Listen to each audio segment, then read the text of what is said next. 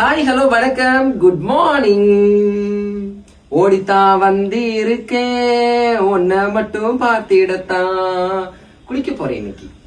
அப்படியே வந்து காலையிலே மீன் விடி பத்திரலாம பை தான் பெருசா இருக்குள்ள ஒண்ணும் இல்லை. என்ன மீன் அப்படின்னு பார்த்துட்டீங்கன்னா எங்க மம்மி சொன்னாங்க இது வந்து குதிப்பு மீன் அப்படின்னு. குதிச்சு குதிச்சு ஓடுமோ பாருங்க. ஆனா பார்க்க பளபளன்னு இருக்கு. எவ்வளவுமா மீன்? 150 ரூபா. அன்புடன் நமது கிராமங்களில் இருந்து ஆரோக்கியா பாரு. ஐயோ ஐயோ என்னென்ன சொல்றான் பாருங்க. வயல்ல ஷூ போட்டேன் அப்படின்னாக்கி பாரம்பரியம் பண்பாடு கலாச்சாரம் எல்லாம் அதுலதான் இருக்கு. இதே சினிமால ஹீரோ ஹீரோயின் ஜோடி போட்டு வயல்ல வாய்க்கால்ல எல்லாம் ஆடினாங்கன்னா அங்க எல்லாம் வந்து கல்ச்சர் கலாச்சாரம் எல்லாம் வந்து அப்படியே பொத்திக்கிட்டு ஒளிஞ்சு போயிரும் பாத்துக்கிடுங்க.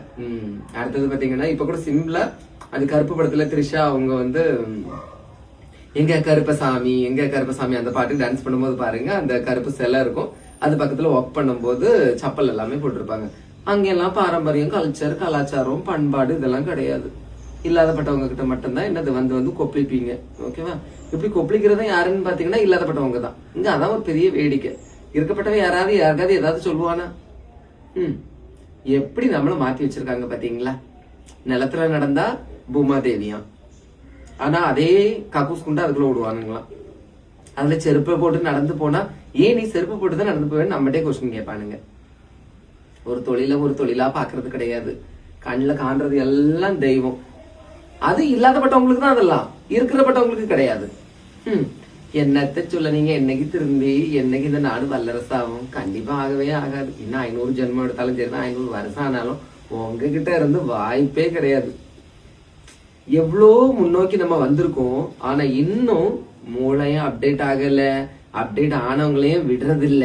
பிச்சி பிச்சி பிச்சி பிச்சி புடுங்கிறது. சச்சை உங்ககிட்ட போராடுறதே பெரும் போராட்டமா இருக்கு. இருந்தாலும் ஒண்ணு இல்ல, நம்ம சூ போட்டுச்சே கிடந்து ஆடுவோம். நம்மளுக்கு கோயில இருக்கக்கூடிய சாமி மட்டும்தான் சாமி. ஓகேவா? குளிக்கணும், நல்லா போய் கடவுளை என்ன மட்டும் காப்பாத்துன்னு வேண்டிக்கணும். சரியா? ஏன்னா இந்த உலகம் வந்து சுயநலம் பாத்தீங்களா?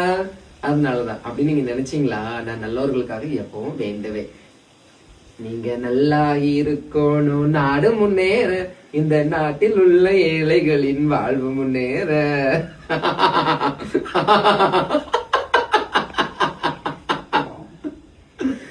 எனக்கு திட்டி போடுறது கமெண்ட்ஸ் கூட எனக்கு அந்த அளவுக்கு ஒரு இது இருக்காது. இந்த மாதிரிலாம் பேசுவாங்க தெரியுமா? இந்த பண்பாடு கலாச்சாரம் எல்லாம் பத்தி பேசும்போது அச்சோ.